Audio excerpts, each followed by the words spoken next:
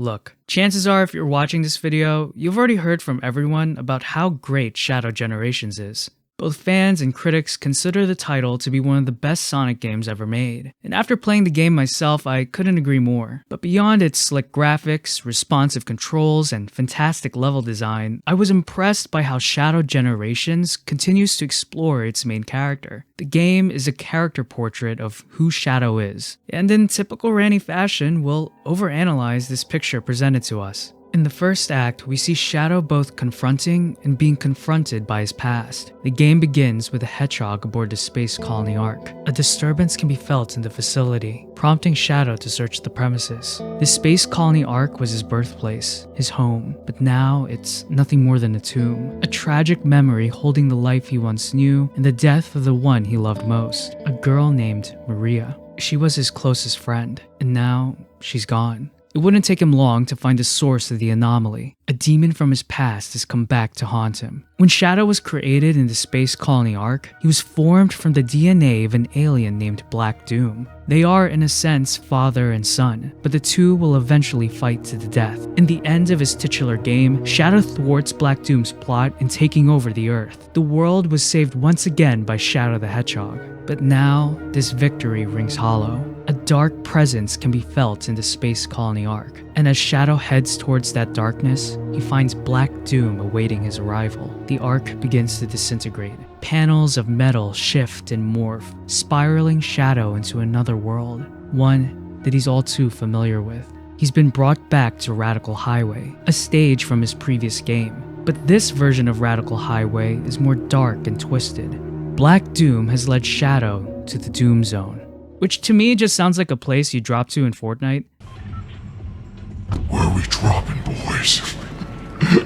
We learn quickly that this dark trip down memory lane was a ruse used by Black Doom to ensnare the Hedgehog into his own nefarious plan. But the return of this stage isn't just nostalgia bait for fans. It serves a thematic purpose in the game. The Doom Zone is a look into Shadow's being. When you enter this stage, what you're actually doing is entering Shadow's soul, and what's inside is complete chaos. As we join Shadow in his journey of introspection, we'll be applying a Jungian analysis. If you don't know, Carl Jung was the founder of analytical psychology. Analytical psychology is the process of diving deep into the individual's psyche, analyzing the conscious and unconscious aspects of their mind in order to promote self-discovery and personal growth. By using a Jungian framework, we gain deeper insight into the themes and symbols present in Shadow Generations. And plus, I just think it's fun to analyze stuff this way. Entering the zone is Shadow's descent into himself. And as you explore his soul, his world, you see an identity undefined. Even for a Sonic game, the Doom Zone is pretty disorienting. The whole city is alive. You move as if gravity is in flux.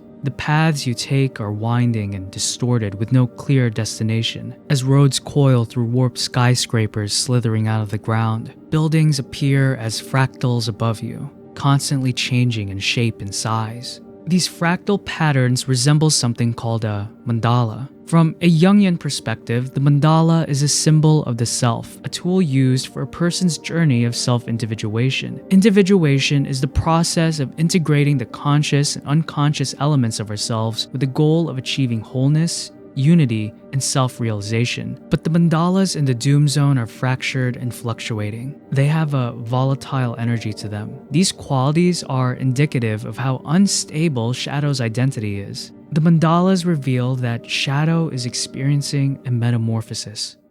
After Shadow completes the Doom Zone, the Time Eater appears and drags him into a dimension known as the White Space. In this realm, fragments of Shadow's past are brought to the present. But what captures his attention is something entirely new. When Shadow looks up at the sky, he sees this. I don't know who in Sonic Team keeps putting up these unearthly horrors in their games, but I just want to thank you for helping my YouTube channel grow. Seriously though, how can you include something like this in the game and not expect me to talk about it? This thing is known as an ophoneme, or if you're chronically online, the biblically accurate angel meme that's been shared all over the internet. The ophoneme originate from the Book of Ezekiel in the Bible, as well as the Book of Enoch and the Dead Sea Scrolls. Many conclude that the ophoneme are a class of angels that serve as the heavenly chariot for Yahweh, or God. They are depicted as wheels with eyes surrounding their body. It's believed that the wheels represent God's omnipresence, and the eyes represent God's omniscience. But in the case of shadow generations, we see an inversion of the Ophanim symbol. Instead of an angel, we see a demon. The Ophanim in shadow generations serves as the base of operations for Black Doom. And this wouldn't be the first time Black Doom has been portrayed as a demon. His final form in the Shadow the Hedgehog video game is fittingly named Devil Doom. I mean, Sega isn't exactly being subtle here. Black Doom is the devil that refuses to leave Shadow alone. And like the Ophanim, it seems like Black Doom is all-seeing and all-knowing, appearing out of nowhere, watching his every move. Whenever Shadow is brought to the Doom Zone, he's welcomed by Doom's Eye. This alternate form of Black Doom is a star that stalks and guides Shadow throughout the stage. And who would have thunk it? In Hebrew cosmology, stars are symbols used to represent angels. Who would have guessed? But instead of a star shining bright, Doom's Eye is a star that brings darkness. Doom's Eye becomes a more layered symbol when we also observe it from a Jungian perspective. According to Carl Jung, the star is a symbol of the self and serves as a guide. Throughout history, sailors would look to the stars to help them navigate the seas. And in the same vein, Jung believed that stars also guide us in our journey of introspection. In Shadow Generations, Doom's Eye serves the same role as the stars of old, as he guides Shadow through the Doom Zone, forcing the Hedgehog to confront himself. But Black Doom is not only a star. The object suspended in the white space is actually called the Black Moon. From a Jungian perspective, the moon is a deeply layered symbol. The waxing and waning of the moon reflect the cyclical process of individuation, as the journey of the self goes through phases of growth, introspection, and transformation. The symbol of the moon brings the unconscious mind to the surface. The unconscious mind contains the underdeveloped, unrealized, and rejected aspects of ourselves. As Jung calls it, our shadow. The shadow is the dark side of our personality, and in the context of Shadow Generations, the Black Moon is quite literally a symbol of Shadow's shadow. To drive this point even further, I want to direct our attention to Dark Beginnings, the animated prologue for Shadow Generations. Listen to what Shadow has to say in this scene. The professor created me using alien DNA. The Black Arms, he called them. The same DNA as this larva. This ugly, heartless creature. I may look like a hedgehog, but I'm really no different than this thing. In this scene, Shadow stares into a container holding a larva from the Black Arms, the hive mind created and led by Black Doom. Under Black Doom's control, the Black Arms were the ones responsible for nearly destroying the Earth in Shadow's game. Symbolically, this creature can be viewed as an extension of Shadow's shadow. All the dark, ugly, and monstrous things he hates about himself is lying there inside the glass, staring him in the face. We don't even really need to be symbolic here, because this thing is quite literally a part of Shadow. They are of the same blood, and this repulses him. However, in Shadow Generations, we quickly learn that Shadow's Black Arms DNA actually makes him stronger. As you progress throughout the game, Shadow unlocks what's known as Doom powers. These powers not only strengthen his Chaos abilities, but also allow him to traverse through water, corrupted terrain, and even the air. The actual process of Shadow gaining these Doom powers is also worth noting. Players unlock these powers by collecting Doom Gears and bringing them to sealing devices. After gathering enough Doom Gears, the sealing device opens, releasing a flood of darkness. No!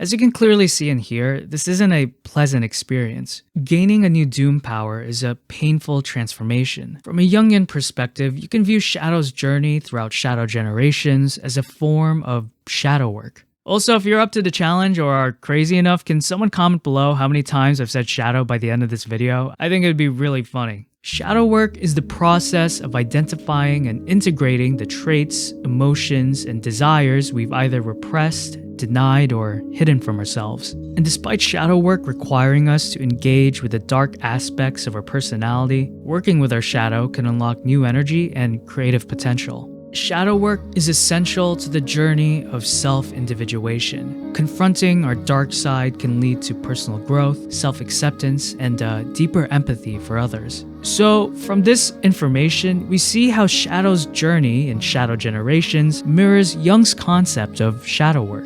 In the game, Shadow confronts his inner darkness, and by embracing his Black Arms lineage, he becomes more powerful. But there's a gnawing question during this whole process. Will Shadow overcome this darkness, or will he be consumed by it? We learn in the game that as Shadow grows stronger, Black Doom grows stronger as well. In addition to Black Doom taking the form of a demon, a star, and a moon, it's my belief that the Black Moon also symbolizes an egg. And considering that this is a Sonic game after all, having eggs being associated with your villain isn't anything new. According to Jung, the symbol of the egg shares similar meaning with the moon and Mandala. All three symbols relate to the self, transformation, and connecting with our unconscious. In particular, the egg represents birth and rebirth, potentiality and creation. The egg marks the beginning of a person's journey of transformation. It symbolizes the hidden aspects of ourselves waiting to be realized and take form. Viewing the Black Moon as an egg helps us better understand Shadow's journey of introspection. Black Doom is the dark side of Shadow's being. He is what Shadow actively rejects, represses, and hates about himself. This darkness has been lying dormant, incubating in the Black Moon, waiting to be hatched. You two are linked by blood.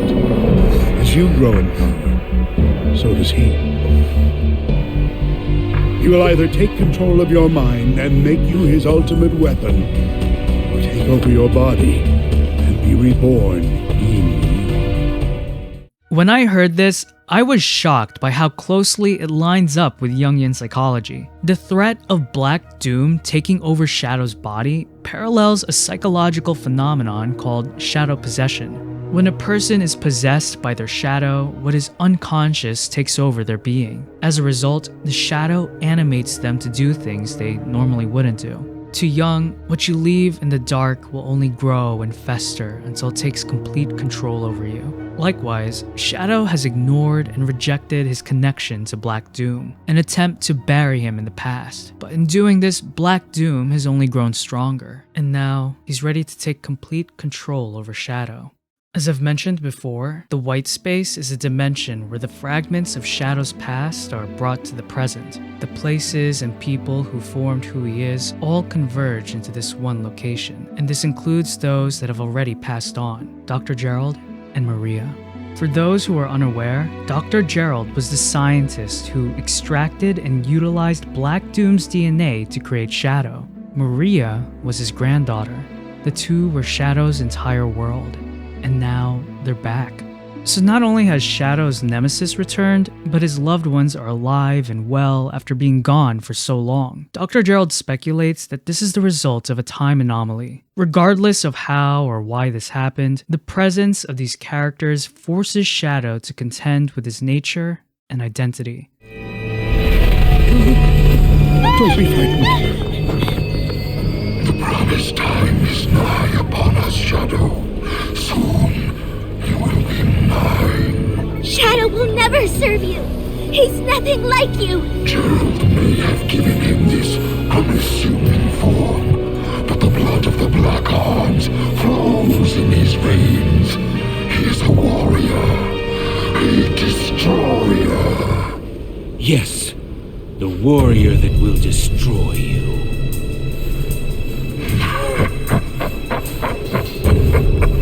I have learned from our last encounter. There will be no mistakes this time. Struggle all you want. You will be mine.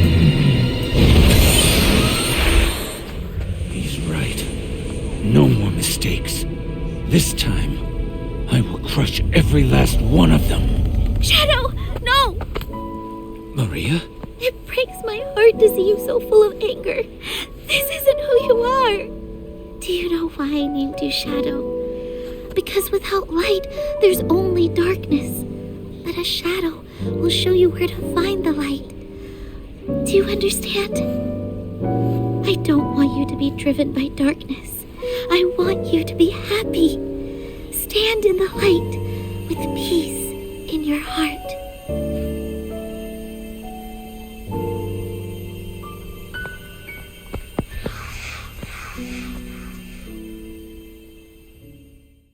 I'm so glad this cutscene exists because it confirms what I've long speculated about Shadow's character. A name gives a person their identity, and I always found Shadow's name to be fascinating because a shadow can only exist in the presence of light, much like how Shadow only exists because of Maria. She's the one that gave him his identity. And while it's true that Shadow's body was created by Dr. Gerald and Black Doom, it was Maria who shaped his soul. She is the light of his life. Without her, there would be no Shadow. And this is more than just a metaphor because Maria is quite literally Shadow's soul. We learned this bit of lore from the game Sonic Battle. In a cutscene, Rouge informs Shadow that Dr. Gerald imputed in him a soul identical to Maria's. I think this detail is also reflected in Shadow's character design. When you look at Shadow, he has black quills and red stripes, representing his connection to Black Doom and his dark nature. But his chest, or his chest hair or whatever, is white, which to me symbolizes his purity. I think his character design is meant to illustrate that despite Shadow's outer darkness, at his core he possesses a pure heart.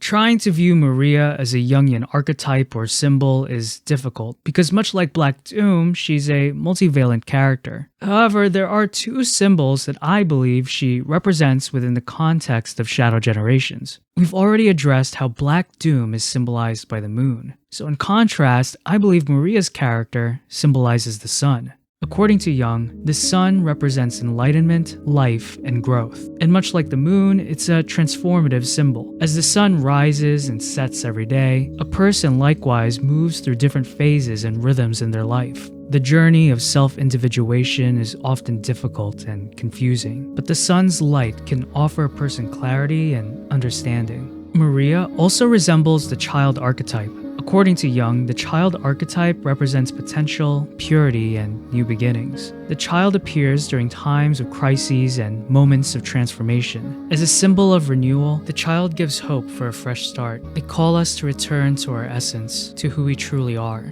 This archetype helps us reconnect to the lost and neglected parts of ourselves. In our journey of self-individuation, the child serves as a guide to our true self and helps us attain wholeness. So, from this information, we can see how Maria is both the sun and child archetype. And I also just realized that my description of Maria sounds just like the sun baby from the Teletubbies. I also wonder how many of you guys are old enough to understand what I'm actually referring to. Anyways, in Shadow Generations, Shadow is haunted by his past and is troubled by what the future can hold. During this distressing time, Maria sheds light and offers Shadow clarity in how to move forward. When Black Doom dredges up Shadow's dark nature, it's Maria that reminds Shadow of who he truly is and what he should fight for. Towards the end of Shadow Generations, both Shadow and Black Doom have reached their zenith. With their transformation complete, the two will battle to see who will conquer the other.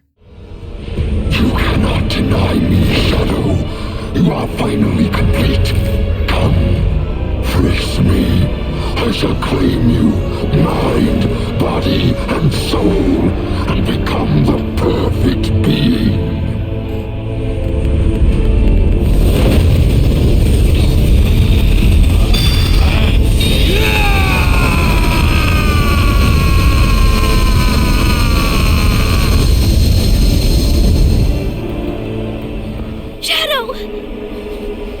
It's all right, Maria. I'm letting go of that destructive anger. But I will continue to fight.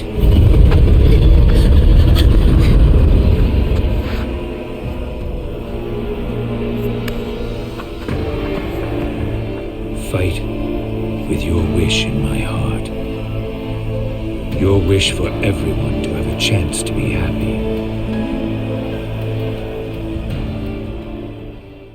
This is a breakthrough moment for Shadow. What he's experiencing here is called shadow integration. According to Jung, shadow integration is the result of successful shadow work. This happens when the individual finally becomes aware of the dark and repressed aspects of themselves and is able to integrate these elements in a healthy and positive way. In this scene, Shadow no longer represses his inner darkness, his Black Arm's nature, but with the help of Maria, is able to transmute this dark energy into a positive force. This integration is portrayed physically when Shadow emerges with these monstrous wings, but at the same time has a golden aura surrounding him. Here we see Shadow's darkness and light working in union to destroy Black Doom.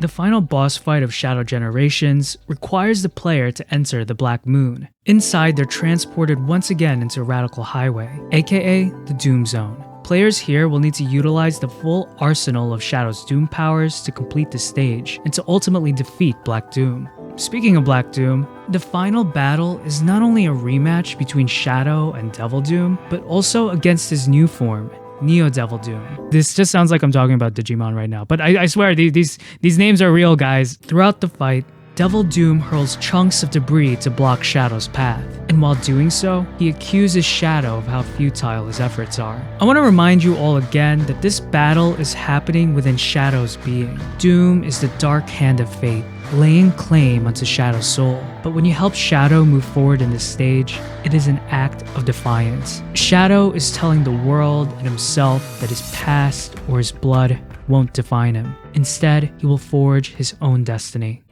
Cannot deny what you are. We are one and the same.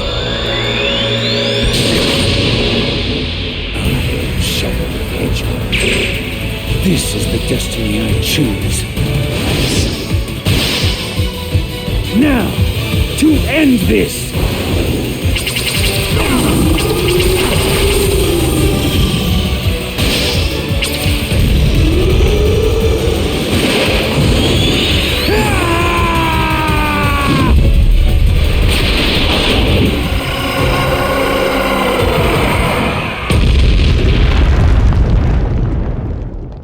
After defeating Neo Devil Doom, Shadow's wings dissolve, a sign that his connection to Black Doom has been severed. Now with that being said, I hope this doesn't mean that Shadow's Doom powers have also disappeared. If we're just talking gameplay wise, Shadow's Doom powers are really fun to use, and they help further distinguish him from just being a clone of Sonic and his moveset. But thematically, I think it'd be a disservice to this game's story and Shadow's character if he's no longer able to use his Doom powers. To me, Shadow retaining these abilities symbolizes that his dark nature will never go away, and he's accepted this. The only difference now is that he won't let this darkness control him or define his future. Moving on is a core theme of Shadow's character. As much as the past tries to catch up to him, there's a part of Shadow that wants to run back in time. We see this desire when Dr. Gerald and Maria begin to fade away with the white space. Without Black Doom's influence, the time anomaly is beginning to heal. We are returning to our own point in time. I'll stop Rouge. Use Chaos Control. Stop this moment in time. Shadow? No. I don't want to be frozen in one place in time. Besides, your friends need your help. But you don't know what's going to happen. I know I'll see you again. And if fate draws us apart, I will always be in your heart. Maria. Shadow's most famous power is Chaos Control. One of the main features of this technique is its ability to manipulate time. Chaos Control plays a very important role throughout Shadow Generations, not only with how heavily it's utilized in gameplay, but with how this power informs us about Shadow's character. From the scene we just watched, we learned that deep down, Shadow wants to use his power to go back home, to a time where his loved ones were still alive. But Maria tells him that this isn't right. They aren't meant to be frozen in one place in time. He needs to move forward. There are others that need his help. Shadow accepts that this loss is a part of him, but he has the comfort of knowing that no matter where he goes, Maria will always be there, guiding him to the light. I don't understand how Sega keeps making games with such psychological depth about a talking hedgehog. But either way, I hope you guys enjoyed watching this video, and if you did, consider giving it a like. It lets the algorithm know it's worth watching. Subscribe and hit that bell icon if you want to be notified when my next video comes out. And if you want to support me personally in creating these video essays, consider becoming a channel member or by joining my Patreon. Thank you guys again for watching, and until next time, peace out.